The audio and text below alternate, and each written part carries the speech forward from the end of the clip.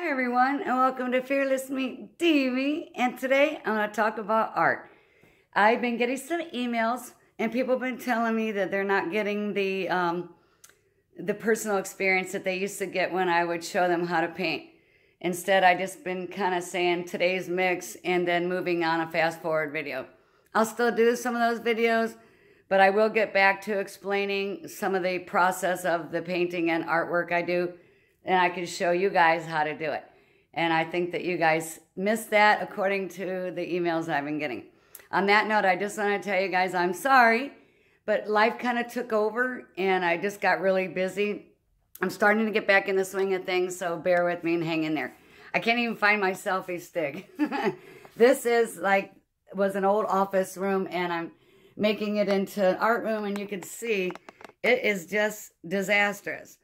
I have so much stuff to do. I can't even get to my computer or anything, so my paintings are all over the floor. And I do know that I've had a couple people that wanted to see my artwork that's on the walls. I'll get to that this week too and show you guys some stuff and still do my fun weekend videos. But here's some of the artwork that I have on the walls. It's just, actually these are just inspirational type paintings. So they're really not like paintings that I have for sale.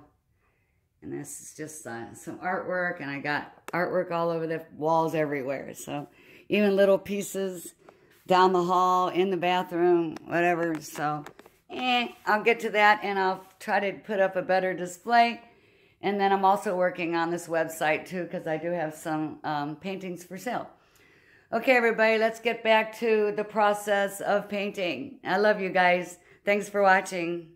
So today is about tips and tricks. So if you're not interested in watching me teach you guys about tips and tricks on painting, then please skip this video because I don't want to bore you guys. Some people just like to watch my channel and watch my videos because I talk about something fun and personal, or I just paint and they like to watch me paint. But there's a lot of people out there that want to know some tips and tricks because they are painters. So stay tuned if you're a painter and watch this video because I got some great tips and tricks for you guys. And if you're not, feel free to skip over this and stay tuned for my next posted video. Thanks, guys. All right, one of the first things I wanted to talk to you guys about was Floetrol. This is Floetrol, and you can find it in any paint section at even a hardware store or Menards. I did find out that Walmart doesn't carry it, but maybe some super Walmart stores will. I don't know. But my Walmart does not. But the thing about Floetrol is that it does help paint flow on a canvas or a wood piece or whatever you're working on. It also creates cells sometimes naturally without any other additives. So sometimes I use Floetrol and sometimes I don't. But the one thing I did want to talk to you guys about Floetrol was that you have to shake it up really good because it gets goopy. And it actually seems to dry up a lot when it's just sitting in the container. Even before you open it for the first time, it gets dry around the top, which makes it like gloopy and gloppy. So what I do is I shake it up in the big container first that I just showed you.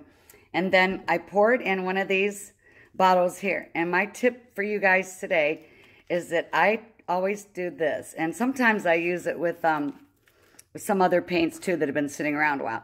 This is, what do you call that? I can't even think now. Okay, yeah, so it's cheesecloth. Sorry about that. I lost my train of thought. The cat ran across my foot. Anyway, this is cheesecloth. And if you put it on the bottle of any of your paints, especially Floetrol, you can put the lid back on, and then all that gloopy gloppy stuff won't come off at the top. Let me see if I can show you what I'm talking about. But anyway, that's the best way to do it. Use the cheesecloth. Everything comes out nice and smooth, and you're going to love it. Okay, so I'm going to open this other bottle of Floetrol, and I'm going to show you what I'm talking about. So, if you take this and you pour it in a cup, because you're going to use it for painting, if you can see, it kind of comes out, there's glops, this kind of like looping in there. See that? And then you can actually see that. Look at that. It's all gloopy and stringy. And this is not what you want on your paintings because then it dries hard and it looks horrible. It looks like snot.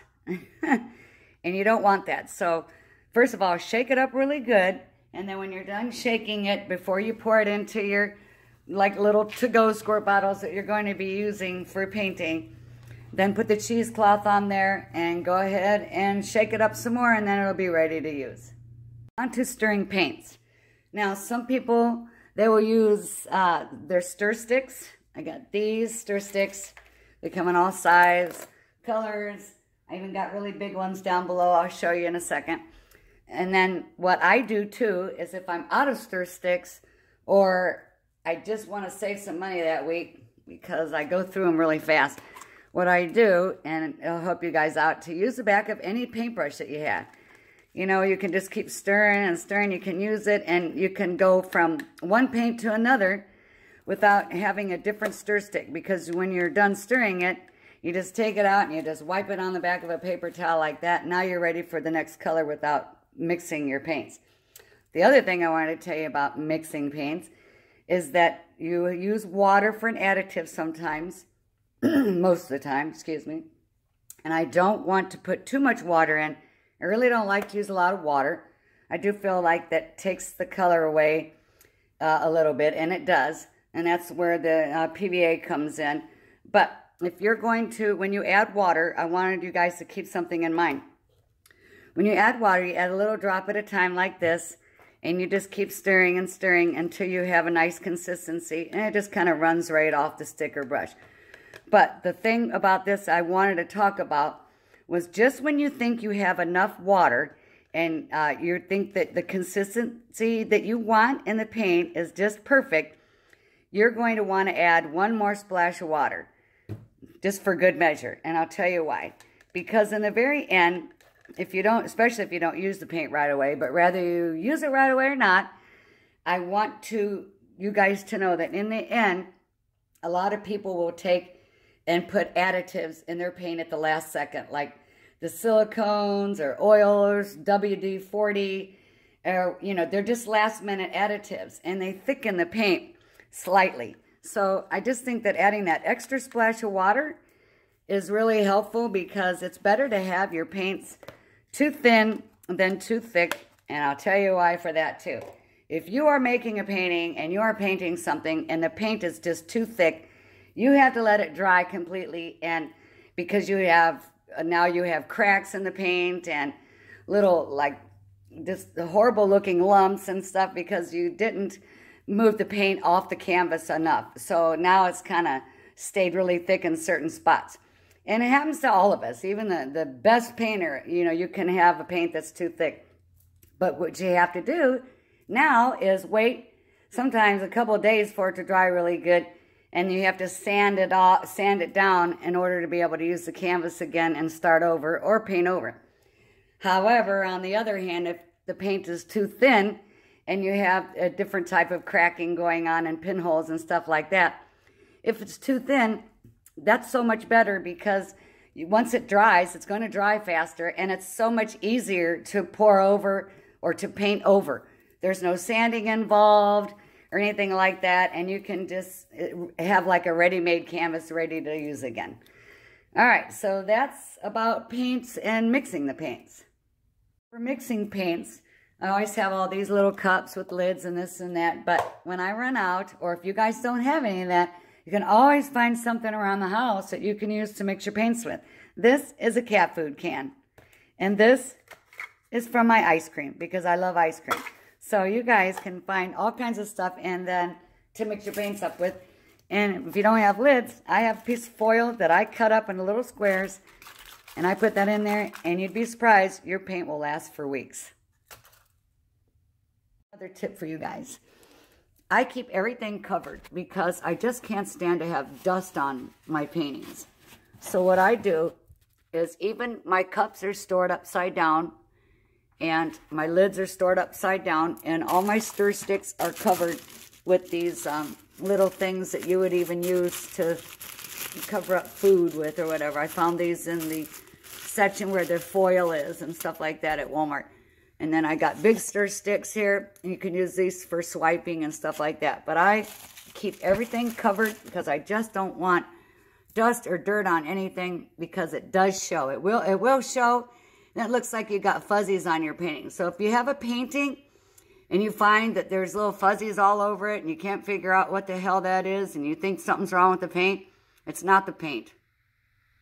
Another little tip I have for you guys, I wanted you to know, a lot of people, I hear a lot of people talking about how they wish they could keep the picture, keep what it looks like inside the cup. In other words, they wish that their canvas or their painting looked like it did in the cup after they mix their paints, because I have to agree with them, it looks pretty cool. When you start mixing your paints, it looks really cool inside the cup, and that's what you're going to use. That cup you're going to pour onto your canvas for like an acrylic pour or whatever. Well, what you can do to preserve that, you can, once you're done, you can take that cup and zoom in and take a picture of it, and then you can crop it, and then you can always make a print out of that. You can even have a small picture of it, make a 8x10 print on glossy paper and frame it or whatever. So you don't necessarily have to have it on a canvas. Just once you take a picture of it in a cup, go ahead and take a good, nice close-up that's not all, you know, foggy or blurry, whatever, and snap that picture, crop it, and frame it. Here's an important tip for those of you who do what I do. I take these air dusters for computers and I clean everything with it. I clean the canvas. I'll take the, let me grab my brush here. If I'm painting with the brush, I'll grab the end of the brush. I'll wipe that off first like this and separate all those bristles and get the dirt out and dust out from in between it. I blow everything before I start, and then I actually wait a second for some of the other dust to settle in a different area, and I'll even blow it again. A lot of times I just don't have that on the camera. And the other thing I wanted to talk about with that is to put tape there. I had a painting once. It only happened to me once. Now it'll never happen again. But if you have to put tape on here, just like even with my WD-40. If you don't put tape on there one day, you're going to find out that you're going to be working on a masterpiece. You think it's a masterpiece anyway, or it's your favorite painting, or it's something you're really proud of. And as you spray, the red straw comes out and lands on your painting from the pressure of this can. And that killed me that day. I had worked on this painting forever, and I was using the Ultra Duster to blow around some turquoise paint that I had on top of some black stuff, black paint, and a really cool design that I had. And when that straw came out and landed in the painting, I was frantic trying to find, I didn't want to use my fingers because it was an intricate design. And I didn't want to use my fingers to just grab the straw with, so I had to go get these. I now keep these nearby, if I can grab these without bumping the camera, these nearby for everything. So you can pull out a hair or whatever you get in your painting. But the straw was disastrous because it shot out from the air pressure and it slid across the painting. It just didn't drop down on the painting. It ruined the whole design. So it wasn't that easy trying to fix it because it just didn't turn out the way I wanted to at that point. So I got a little anal about the painting, and, you know, I got to learn to relax too, and that everything happens for a reason. So if that happens to you, don't worry about it. It'll be okay, and start over.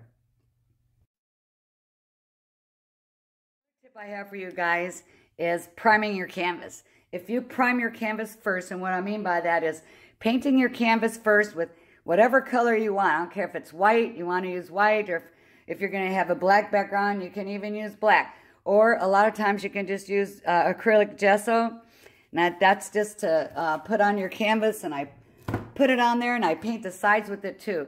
Because if you're priming the canvas, because on the canvas has little tiny, let me grab one here, threads. And there's, let me open this. Maybe you guys can see better. Sorry about the bumping. So, as you guys know, so on here, you have these different threads on here. And it's canvas. So, a lot of times you can make a painting, whatever, and you don't mind the canvas showing through. But if you take and you go ahead and prime it first, a lot of times that prime sinks into some of those spots there, so you don't get too much of a a canvas look, and you have a more smooth looking painting. So you can use whatever you want, even paint, to prime the canvas with it. And not only that, but once that dries and then you go put your painting on, your painting moves around and it slides easier on, you know, to do more detailed work. If you were painting details, it goes on a lot smoother, and because this canvas is kind of bumpy, oops, naturally bumpy. So also on that would be that you can use, I use gesso, but you can use whatever you want, but I wouldn't use any varnish or anything like that. And the other thing that it does is protects the canvas. It protects your painting. Say that you are using an additive like an oil or whatever, like a silicone oil, treadmill oil, WD-40, whatever. It keeps that from sinking into the canvas because you've already primed it first. So it'd be much easier to clean later, because if your oils and silicones, whatever, if you just start painting on a canvas and you didn't prime it first, that oil is going to sink into the canvas. And it's going to be, you know, harder to clean when you want to varnish it. Okay, so on to the next tip, y'all. Okay, now I want to talk about the painting itself and a little tip on that. So when you're doing a painting, a lot of times you do special painting, as certain paintings have where they come over to the side, and that's the look that you're looking for. That's the look that you want. And it kind of drips down the side, and then you protect that later with your varnish or whatever. But while you're tipping the painting and tilting it all over, your fingers are on the back edge of this thing, and you get a mess, which normally I don't really mind too much because it goes against the wall anyway, and it's kind of like a doctor's signature. It's messy and sloppy, but he did a good job in his life, you know. It's like, whatever, you know. So what I'm saying is that if you don't want paint all over, there's a couple different ways of doing it. I have 3 tips to give you. 1, wear 2 pairs of gloves. So if you're moving the paint around the canvas, and then once you set it down after you first move it, because your bottom fingers are clean, but they're stationary at this point. So you're tipping it around, and the paint is not getting underneath your fingers. It's just sliding down the canvas. So then you set the canvas down after you're done doing some tipping and tilting. Then you have another pair of gloves that you just take off because you have another pair underneath. And that way, these are clean and there's no paint on it. And you can now pick the painting up and even touch the back part of it.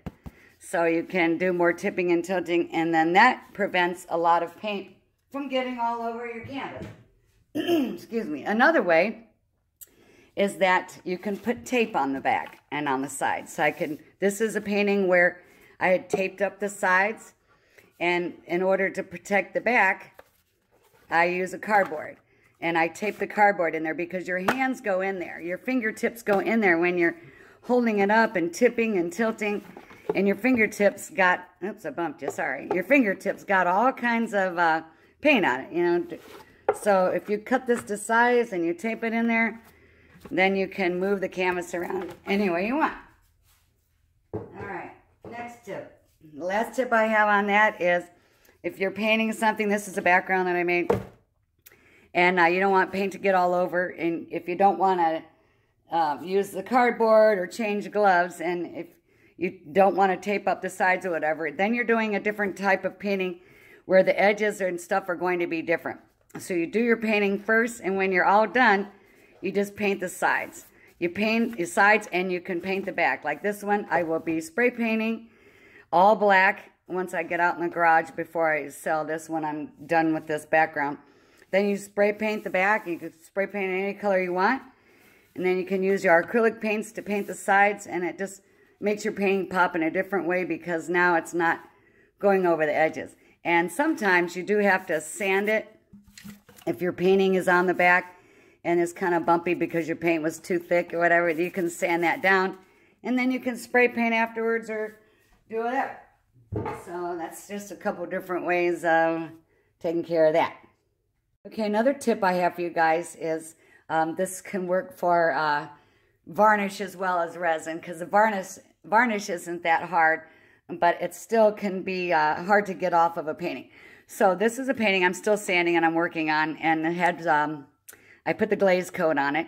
But on the back, you'll see these bumps because didn't wear gloves that day, whatever. Well, I wore gloves when I was painting it and doing that, but then I let it sit and it just kind of dripped off the side. And usually I take one of these sticks and go around the edges to make sure. But the thing is that even a half hour later, you're going to have resin and varnish and stuff and paint that just drips and keeps dripping, because sometimes it's going to happen that way and you're just going to get these bumps.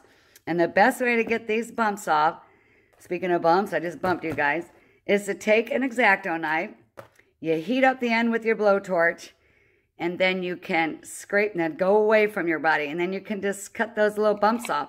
It's a little time consuming, but if you didn't put tape down or protect this back of the canvas or wood first, this is what you're going to get.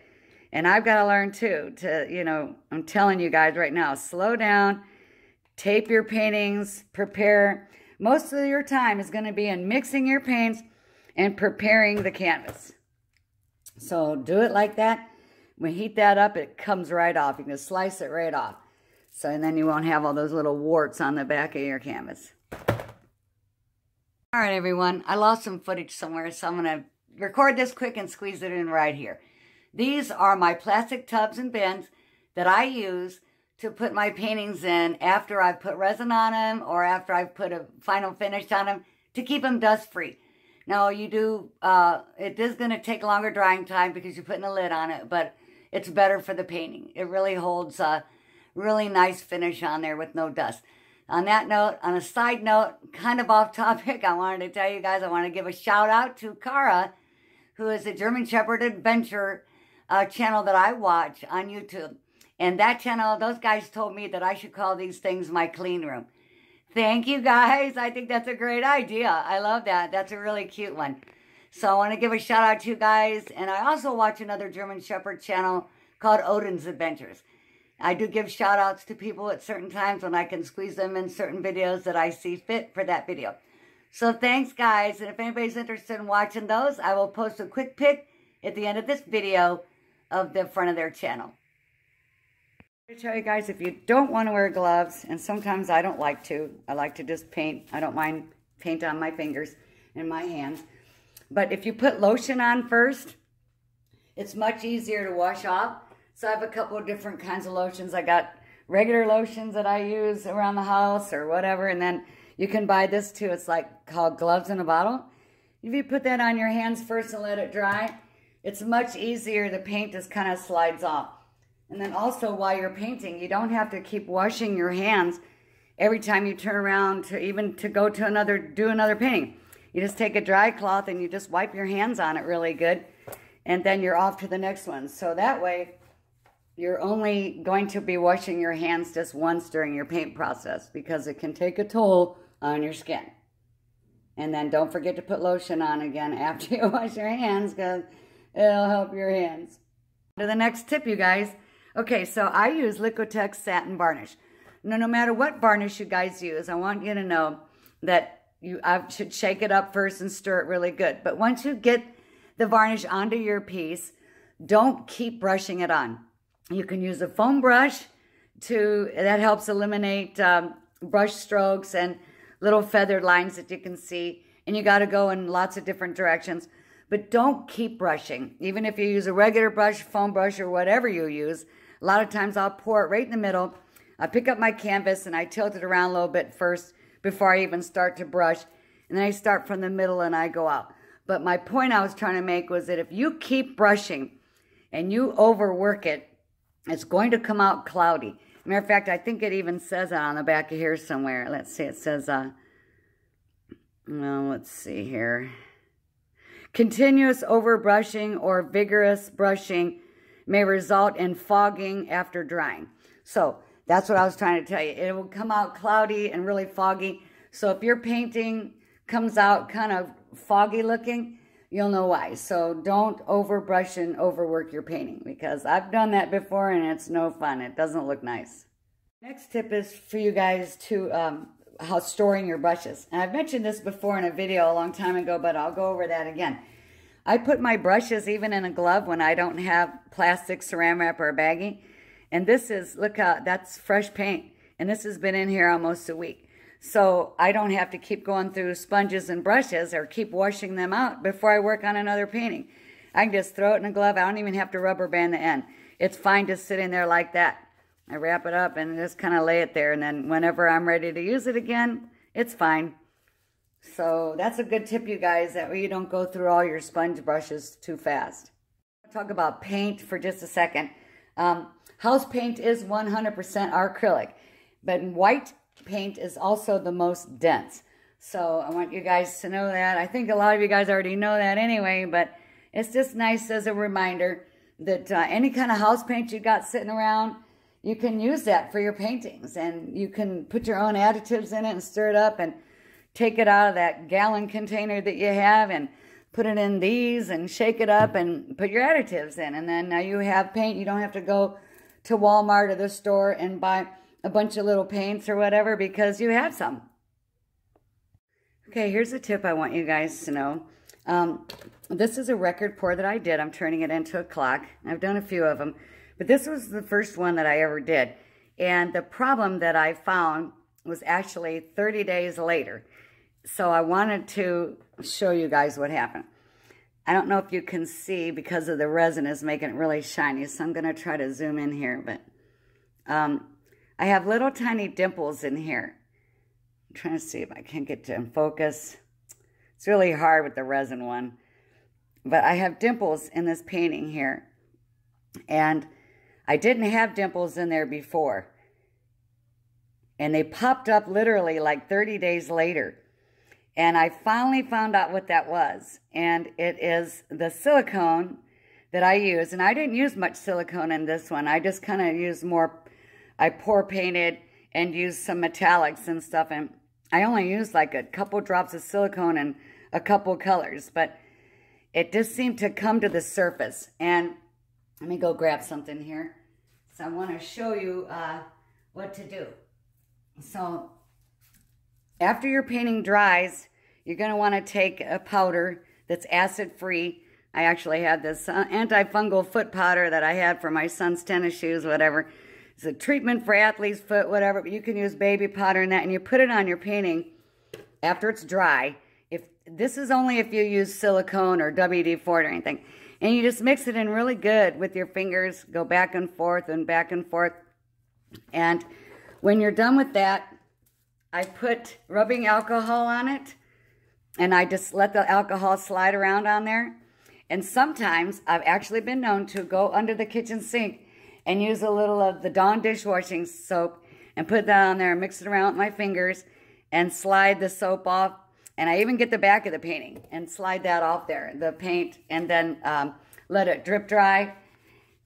But the thing is it's not going to hurt your canvas. People think that they're afraid to take their painting to the kitchen sink. Don't be, because what you're doing is actually tightening up your canvas. If you get your canvas wet, just like pictures, if you have something on a picture or you ruin a picture, you can actually take it to the kitchen sink and run it under cold water and then set it aside. Don't wipe it or rub it. Just let it go. It'll be fine. It'll dry completely back to its natural state without the stain on it. If you rub it, though, under the sink, then you could ruin your picture because it's already on glossy paper or matte paper. But with the painting, the paint is already sunk into the painting, into the canvas. And if you get that wet, it doesn't matter. You're tightening up the canvas. So when you're done rinsing it and getting off any powder left on there or any alcohol left on there or any soap residue or whatever, once you're done rinsing it, rinse it really good. Use cold water, by the way. You could take a blow dryer to it, and it's just going to tighten that canvas up really good. That's like some people use those the squares that you have that you get with good paintings. Let me see if I can grab good canvases. Let's see if I can find one down here. Some of my canvases, like the larger ones, these. You take these and you put them in the corners. There's 2 pieces that go in each corner here, and they're just little wood, almost like a triangle shape, and it goes inside those corners and it tightens up the canvas. So if you rinse your painting off, and you use a blow dryer, you're just tightening it up because wood expands and contracts anyway, and that's a good way to do it. You could tighten up your canvas. So don't worry about like, oh no, I can't get all this off the painting. And just take it to the kitchen sink. You'll be glad you did. Note on what I just said about washing your paintings. You're not really washing it. You're just running it under cold water under the sink. And don't use your fingers to rub everything in because I don't know what kind of finish you guys use. And I don't want to tell you guys to do something like that and then you totally ruin your painting. This is a painting that, you know, if you use good high gloss paints and additives and acrylic paints, you're just basically trying to get the oil off there. And this painting has been completely dry. Don't ever try to do it on a painting that's not quite dry all the way. All right, everybody, that's it for my tips and tricks. I hope it was helpful. And I hope you guys couldn't tell I'm really not that good at just like reading off paper and trying to tell you guys about the tips and tricks. I'm much better at just painting and explaining along the way. But anyway, also the next video that I post is about 2 toys that I bought myself and it aids in artwork or whatever. You guys are going to love it. It's fun. So thank you for watching and have a horseplay of a day.